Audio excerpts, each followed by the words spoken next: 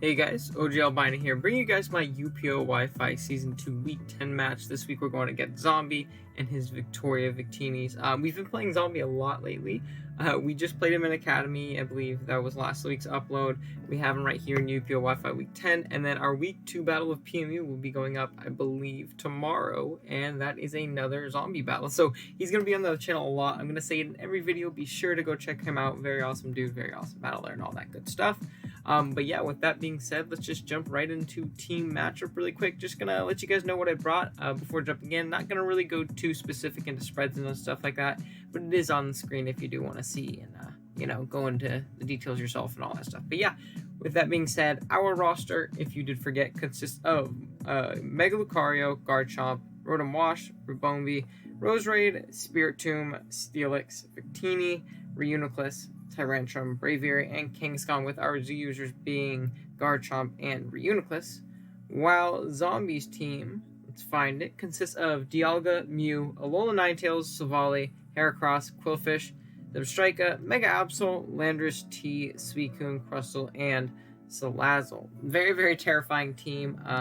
Dialga is a really, really cool Uber. I've used it before. It's ridiculously bulky and it hits so hard. The Dragon Steel typing is so dumb. It's just phenomenal, and nothing really OHKOs that, besides something like a Mega Lucario, though, which we do have on our team, which is really nice. He has Mew, which is a phenomenal mon in the format. He got Mew plus Lando T, which is pretty gross, in all honesty. But yeah, I think we do have a cool team that can potentially take on his very, very potent threats, to say the least. We're bringing a Swords Dance 3 attacks Mega Lucario with Meteor Mash, Close Combat, and Extreme Speed. This is going to be our main win con. If we can chip some things down, we can definitely win with this mon in the end game. Just a tiny bit of chip on his team. He is incredibly Mega Lucario weak, so if we can set up find the opportunity to set up, we can definitely win the game with it. Next up, we have a pretty fast Rotom Wash, max HP, a little bit of defense, and a lot of speed, with Volt Switch, Hydro Pump, Thunderbolt, and a Pain Split. We're rocking with like Pain Split just so that we're not complete sub fodder for that Dialga, and we can at least take some health away from it. But other than that, it's just going to be a bulky pivot this game. Takes on things like Landorus pretty well. Grabs those Volt Switch momentum potentially into something like Lucario in the end game. So yeah. Then next up we have a Colberberry Victini, rocking out with Psychic, Focus Blast, V-Create, and Bolt Strike. Just 4 attacks. This is a great wall breaker for his team. This is a great lure for the Mega Absol. We always knock that thing out with Focus Blast. We can also potentially knock it out with V-Create as well, depending on his spread and all that stuff. But Focus Blast also hits the Dialga, so 2 birds, 1 stone kind of thing. And his team just really doesn't appreciate V-Create plus Bolt Strike. But he has Suicune, but I think we'd handle Suicune very, very well with stuff like Roserade and mons like that. So we should be okay here. Next up, we have our Roserade rocking out the Black Sludge, Giga Drain, Sludge Bomb, Toxic Spikes, and Hidden Power Ground with the Technician ability. T-Spikes are very good versus his team, in my opinion. He has a lot of really bulky things that hate being poisoned, such as the Mew and the Suicune, and his grounded poison, I believe, is Quillfish. We can double check that. Yeah, it's Quillfish, so not too much we're worried about there. I'm not worried about Quillfish at all with my team, in all honesty. Like, you can switch in once or twice on a few things, but we have a Rotom Wash, a Victini, a Reuniclus, mons like that, and a Garchomp that really, make me not too scared of that thing. So yeah, not too worried about there. I think Toxic Spikes can be really nice in this game, minus the Heracross. If we see Heracross, I'm going to be a little bit more hesitant to set those up because I don't want to give it the Guts boost because that mon's really scary. And then yeah, next up we have our Garchomp rocking out with the Rocky MZ set, Earthquake, Swords Dance, Stone Edge, and Stealth Rock. It's going to be a rocker this game. It gives us something faster than Dialga, which is very nice, that we can potentially revenge it with a EQ after just a tiny bit of chip, and once we confirm that he's not Sugarberry. And it's also going to be our rocker this game, potentially getting up rocks and potentially punching a big hole through him with a +2 Rocky MZ or something like that. His team is relatively slow outside of stuff like Alola Tails and... he has Alola Tails and Zebstrika and Mega Absol. Everything else we can outspeed on this. So that's actually really, really nice here.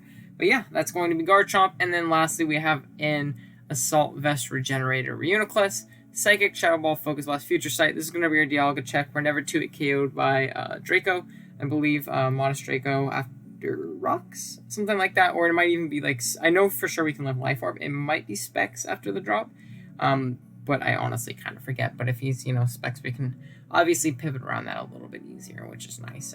I don't know if he'll bring specs necessarily in this matchup, because he could potentially give Lucario free setup after, a drop or something like that. But yeah, that is going to be the team right here.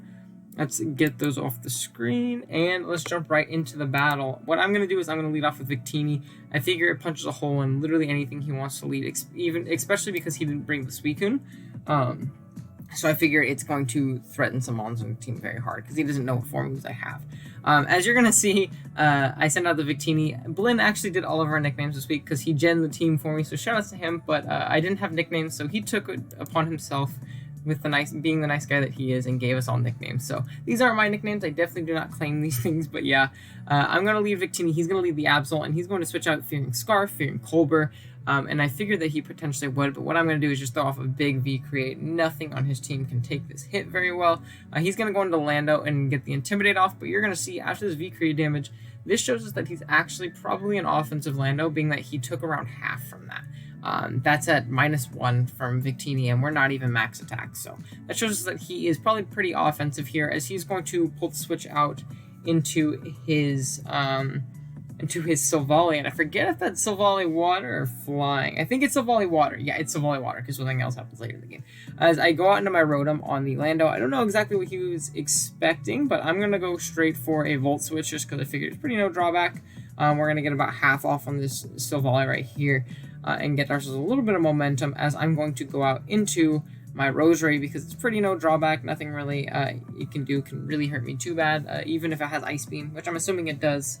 If you wanted to click it there on my Rotom, then I would be able to, pretty much eat that up and potentially get up a T-Spike or something like that. As he's going to go out into Lando on my Roserade, which is fine. I don't have a move to really hit this that hard at -1 due to the parting shot. So what I'm going to do is I'm going to pull the switch out into my Rotom. I figured it's pretty no drawback at this point.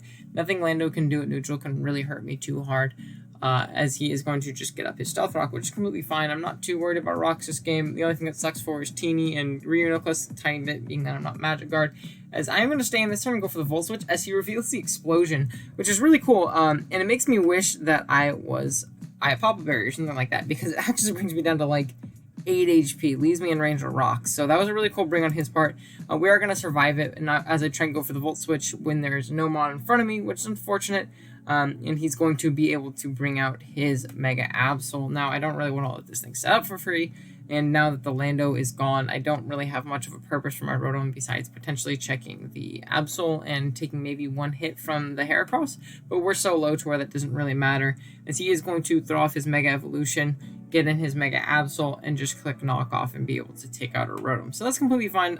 Like I said, didn't really need it for this endgame right here, as the Lando went down and all that stuff.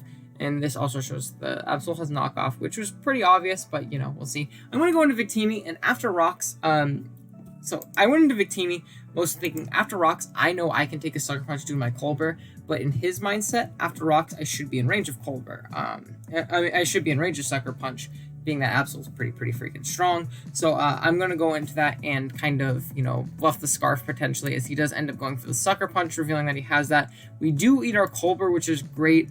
So we're going to eat up this hit, and I actually go for a Focus Blast, expecting to maybe want to pivot out into the Dialga or the Silvally Water or something like that, because after the speed drop we die. But thanks to Victory Star coming through clutch, we're able to hit that Focus Blast and knock out that Absol, which is, again, really, really nice. So one of the bigger threats to our team is gone. He's going to go out into his Dialga right here. And my play is just to stay in and click Focus Blast. I can come out on Rocks like one more time, but there's no point, because we get valuable information on this Dialga and get a big chunk off on it, as he reveals to be faster, showing us that he is most definitely a Choice Scarf Dialga, which is very terrifying, but we can at least pivot around it a little bit better now, knowing it's set, and, once he clicks a move, he's locked into it and stuff like that. So I'm going to go into my Garchomp, and knowing he's not going to want to stay in and click Earth Power versus me, I'm going to go straight for a Swords Dance, trying to just break whatever wants to come in. We outspeed everything on his team, minus the Scarf Heracross, which can't knock us out in one hit. And obviously the Dialga isn't going to want to come in, and +2 Continental Crush pretty much claimed to kill at this point, but I'm just going to throw off an Earthquake, because I know I'll definitely kill the Silvally Water from half, even though he's probably like max Fizz Def, showing that our Rotom was faster than earlier. We're able to knock out the Silvally, which is phenomenal. He's going to go back out into Dialga, and now this puts me in a tough spot again. This Dialga pretty much claims a kill every time it comes in. I can go Reuniclus and potentially live a hit, but I want to keep Reuniclus healthy if at all possible. And my process of thinking is if he wants to go into the... he wants to go for the dragon move, like Draco or something like that. That gives me a free switch into my Lucario, and it gives me a free Swords Dance, and I get to kill something. He has absolutely nothing to switch into +2 Lucario at all on his team, and that'll force back in the Dialga. We can potentially pivot around it and, come out of this game sack for sack on top or something like that. So what I'm going to do is I'm going to leave in my Garchomp. I'm just going to click Earthquake. If he wants to double around or if he wants to predict us going into something else, we'll be able to knock him out with a +2 Earthquake. But he is going to make the safe play, go straight for the Scarf Draco Meteor, knock out our Garchomp. But like I said, this gives us an... that crit did not matter at all, by the way, because he was like... I think he was modest Scarf, he told me after the game. So that crit did not matter at all. Even if he was timid and, like, no special attack, we died to that, because Dialga's a powerhouse. But we're going to be able to go into our Lucario right here and basically throw up a free Swords Dance. If he wants to go into Mew, +2 Meteor Mash, unless he's, like, max Fizdef, we knock him out for sure. Just because Lucario is that freaking strong. So what we're going to do is throw off our Mega, and like I said, we are going to throw off a big Swords Dance. Now, this puts Zombie in a pretty precarious situation. Like I said, he kind of has to sack to this. He's going to make a play in a second, as you're going to see, that definitely makes sense on his end. He's going to pivot out into his Dialga, trying to take the +2 Meteor Mash and then scare me out with his Scarf, which is, again, very, very fair, being that he wanted to get this in. But you're going to see, I'm going to throw off this +2 Meteor Mash, this adaptability boosted Meteor Mash, not even max attack. We're going to bring him down to the red due to a crit.